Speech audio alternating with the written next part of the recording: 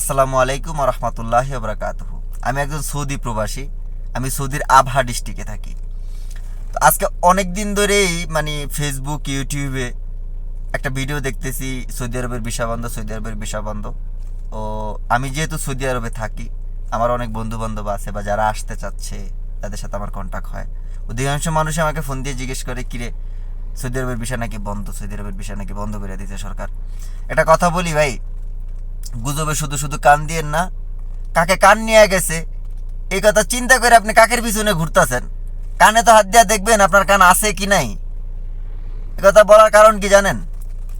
আমি যখন আসছি 2023 সালে আসছি সৌদিতে, তো তখন আসছি, আমি যে কাজে আসছি এই কাজে 1200 টাকা বেতন। ড্রাইভিং করতে আসছি, এখানে 1200 টাকা বেতন, ঠিক আছে।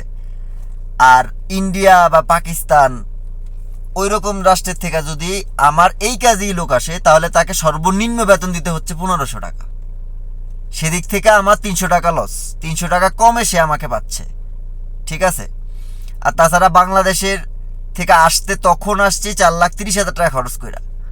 সেম কাজের বিষয়ে ইন্ডিয়া থেকে আসছে মাত্র 70,000 রিয়াল রুপি খরচ কইরা, ঠিক আছে। পাকিস্তান থেকে আসছে 1,20,000 রুপি খরচ কইরা।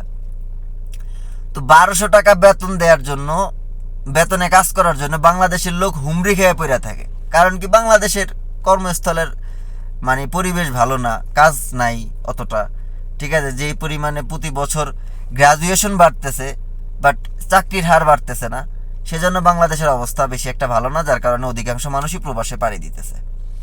1200 টাকা বেতনে কাজ করার জন্য আমরা হুমড়ি খেয়ে পড়ি।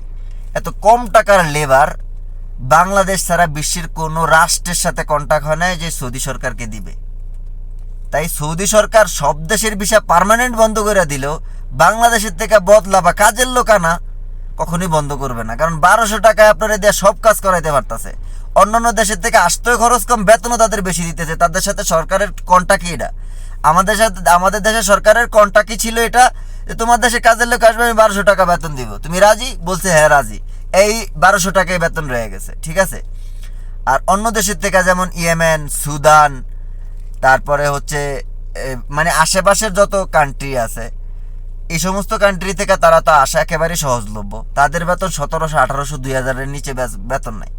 সবচেয়ে কম বেতন বলদিয়াতে যারা রাস্তার সাফসাফাইয়ের কাজ করে, তাদের বেতন হচ্ছে মাত্র 700 টাকা। হসপিটালে যারা কাজ করে তাদের বেতনও 700 টাকা। কিন্তু ইন্ডিয়া থেকে যদি একটা লোক আসে হসপিটালে কাজ করার জন্য, তার বেতন দেওয়া লাগে 1200 টাকা, ঠিক আছে। ইয়েমেন, সুদান, এরকম আশেপাশের কান্ট্রি থেকে যদি আসে তাদের বেতন দেওয়া লাগে 1500 টাকা।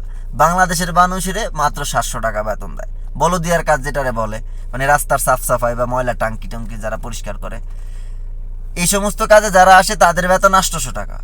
ইন্ডিয়া থেকে বা পাকিস্তান থেকে যদি এরকম একটা লোক আনে, তাহলে তাদের বেতন দেওয়া লাগবে 1500 টাকা, ঠিক আছে। তো বাংলাদেশের লোক যদি বন্ধ করে দেয়, সৌদি আরবের সরকার অচল হয়ে যাবে। তো গুজবে কান্না দিয়া আপনি ভুল তথ্যটা গ্রহণ না কইরা সঠিক তথ্যটা কি সেটা জানেন, তারপরে আপনি গ্রহণ করেন।